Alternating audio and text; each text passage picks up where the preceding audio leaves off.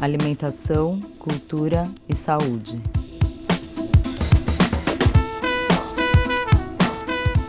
Olá, meu nome é Isis Zapes e eu sou cozinheira vegana. Hoje eu vim aqui conversar com vocês um pouco sobre esse universo chamado comida.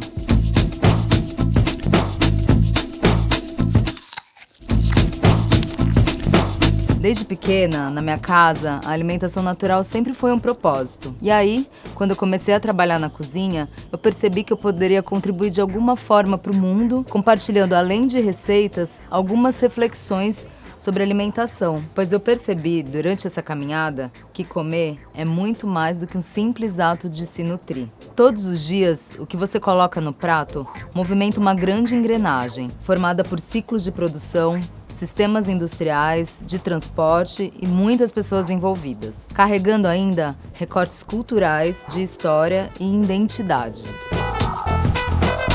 Quanto de informação tem em um prato? O que as nossas escolhas representam? Ou o que a falta delas pode indicar? Afinal, comer é um ato político. Comensalidade e identidades culinárias. O rito de se reunir em volta da mesa, de compartilhar o alimento com os seus, é o que chamamos de comensalidade. A partilha é um costume que permeia povos e culturas através dos tempos. Da cozinha dos nossos povos originários, carregamos fortes influências, como o uso múltiplo da mandioca, o milho, as farinhas, um elemento super simbólico da culinária brasileira. E aí o preparo dos mingaus, pirões e papas. Algumas técnicas, como o costume de assar os alimentos na brasa, como o moquém, que são varas atravessadas e enterradas na terra, muito se parecem com as tão populares churrasqueiras. Com a invasão portuguesa, no período colonial, os portugueses, quando chegaram aqui, tiveram algum receio de conseguir manter os seus hábitos alimentares e acabaram por recriar todo um ambiente. Trouxeram o costume da doçaria, o uso do trigo, pomares, o sal, o consumo da carne bovina e a domesticação dos animais. E até o uso do livro de receitas, que veio com a chegada da corte, porque por aqui muitas das receitas foram passadas através da oralidade, podendo sofrer no meio do caminho um processo de apagamento cultural. Já os povos africanos trouxeram para suas caldeiradas várias hortaliças como o quiabo, o inhame, as pimentas, as bananas, o leite de coco, o azeite de dendê, o cuscuz, já incorporando o uso do milho e outros costumes que foram sendo incorporados pelos processos de tráfico de pessoas nos navios em que os povos africanos escravizados eram levados, já sofrendo algum tipo de desculturalização. Os ingredientes também são elementos fixadores, ou seja, os povoados e seus costumes iam se formando em torno do que ia se plantando no lugar, do que ia nascendo, e ali se estabelecia uma relação de comunidade. A gente pode perceber aí, então, uma divisão regional entre as culinárias litorâneas, sertanejas. Por exemplo, o ciclo da cana-de-açúcar, que se deu mais ali no Nordeste, nas regiões litorâneas, com majoritariamente a mão de obra escrava africana, e aí a gente percebe isso na culinária, né? Então as caldeiradas com leite de coco, frutos do mar, ervas frescas. E ali mais para o interior tem muito a influência dos movimentos tropeiro e bandeirante, principalmente aqui no interior de São Paulo, Minas, utilizava sobretudo a mão de obra escrava indígena. Então a gente já percebe ali o angu, o feijão, a cambuquira, que são os brotos da abóbora e do chuchu. Então a gente percebe essas influências mais indígenas e portuguesas nessas regiões. Pratos expressam histórias, integram os festejos populares, a religiosidade, o folclore, preservam memórias e expressam culinária de resistência. Os ritos, o plantar, o alimento que dá ali no quintal, que são as punk, plantas alimentícias não convencionais, que são espécies vegetais que muitas vezes a gente não encontra nos mercados das grandes cidades, mas que resistem nos saberes e no cotidiano de várias comunidades pelo Brasil. Aqui no país, a gente tem centenas de espécies nativas comestíveis que não estão no nosso cardápio, perdendo em biodiversidade alimentar, resultando aí numa alimentação monótona, com baixa diversidade. A inclusão dessas espécies no nosso cardápio pode mudar um pouco a lógica das coisas. É um resgate cultural, é comida acessível, que está ao alcance, muitas vezes está ao alcance dos nossos olhos, e isso pode representar uma democratização do alimento.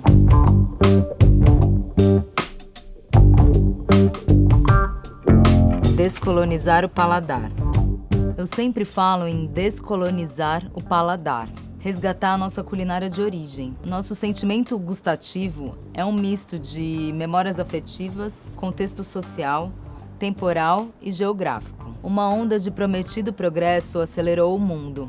E aí acabamos nos encontrando sem tempo nem para almoçar, quiçá preparar o nosso almoço. Nesse processo de industrialização da comida, os processos artesanais foram sendo desvalorizados e a sedução da comida processada ganhou vez nas prateleiras do supermercado. A desculturalização do prato. O preparo do alimento sempre foi atribuído como uma tarefa feminina, o que acabou sobrecarregando essas mulheres que tinham que dar conta do serviço fora de casa, filhos, um marido que nada participava e toda a gestão doméstica. Então, a comida dita prática e industrializada soou como uma aliada. E aí a indústria percebeu então que na vida moderna, super atribulada, havia um vácuo entre a relação de mães, pais, filhos e filhas e percebeu uma oportunidade promissora: as crianças como potenciais consumidores. E aí começa então uma intensa propaganda voltada para esse público. Embalagens com personagens, cores, comerciais de televisão. E para suprir a ausência que esses pais sentiam com os filhos, e para não sentirem seus filhos deslocados, porque comer o que os outros estão comendo é integração social, acabam cedendo a esses desejos. E aí pode começar então uma vida inteira de desertificação alimentar. Os alimentos podem ser status, podem ser o pertencer, podem ser uma recompensa para o paladar por uma vida tão dura. E é por isso que é importante debater a alimentação nas escolas. Além de uma merenda digna e nutritiva, preferencialmente oriundas da agricultura familiar e orgânicas, também deve ser um assunto debatido dentro da escola. A escolha é um privilégio.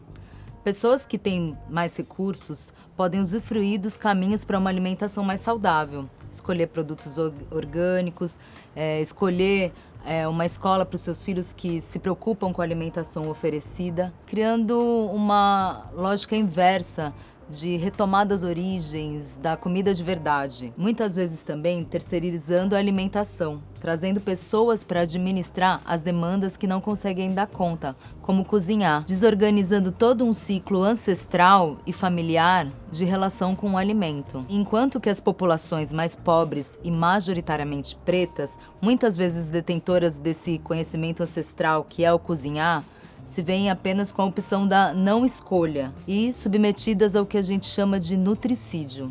O nome já diz, né? É a exposição pretensiosa dessa população a alimentos de baixa qualidade, a quem já tem os seus direitos à saúde negados ou precarizados. Uma grande indústria.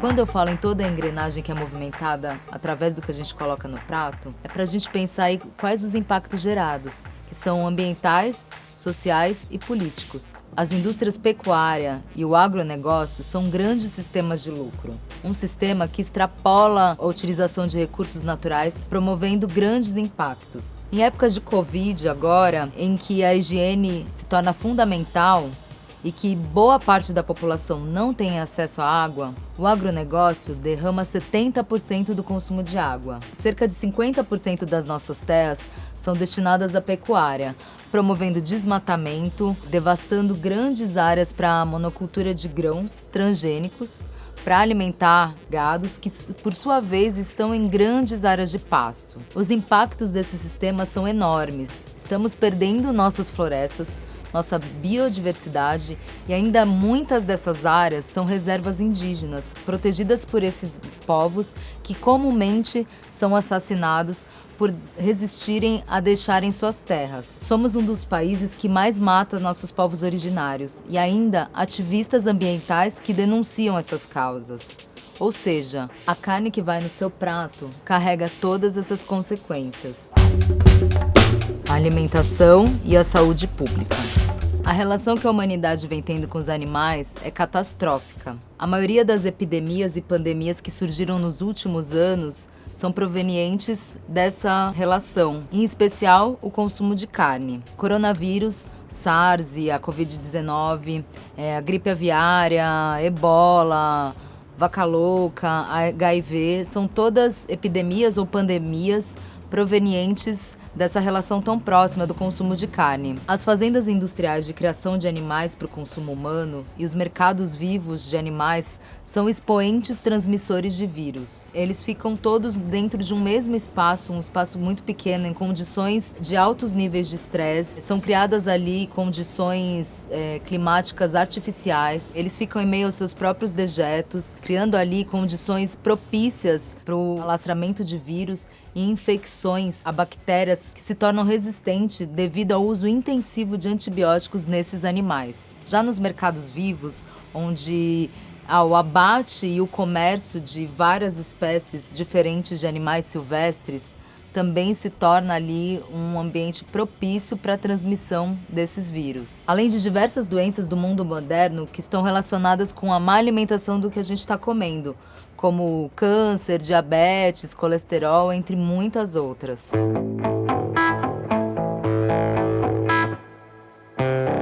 Um mundo contemporâneo que, com sede de avanço, inverteu as razões e criou para si próprio grandes armadilhas.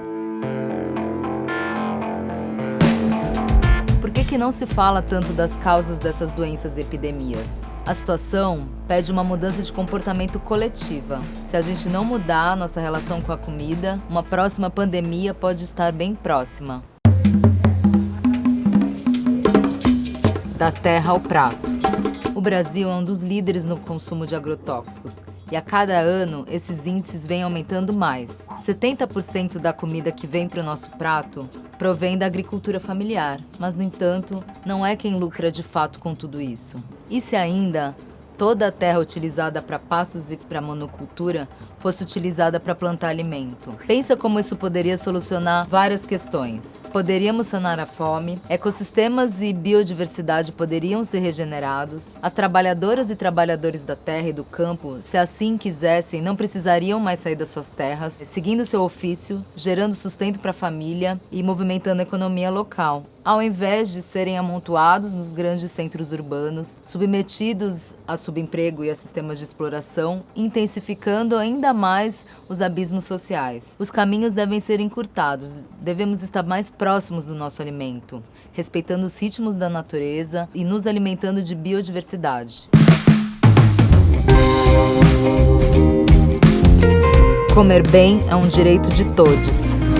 Precisamos falar de soberania alimentar. A soberania alimentar é poder assumir o controle sobre o que estamos comendo. É a garantia do direito aos povos de produzir o seu próprio alimento e também de definir suas próprias estratégias e políticas sustentáveis de produção, consumo e distribuição do alimento, baseadas na pequena e média produção, na agricultura familiar e respeitando todos os modos de produção do campesinato, os modos de gestão, em especial as mulheres, que exercem uma forte influência nesse setor. Que as trabalhadoras e trabalhadores do campesinato tenham direito à terra e autonomia sobre seus cultivos. Que possamos considerar as especificidades locais, a diversidade do alimento de cada região e as culturas das comunidades ali presentes. Temos um longo caminho pela frente, mas é preciso que estejamos muito atentos. Ao mesmo tempo que comer é algo tão íntimo,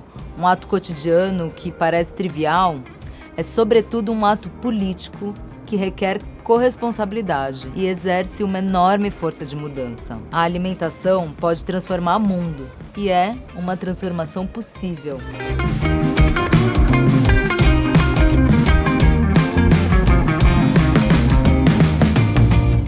Espero que eu tenha contribuído um pouquinho, provocado algumas reflexões para gerar algumas pequenas mudanças de comportamento positivas, mas que provocam grandes transformações para o coletivo. Nos próximos vídeos eu vou trazer um pouco de tudo isso que a gente falou aqui hoje em forma de receitas ecogastronômicas e veganas. Estamos conectados.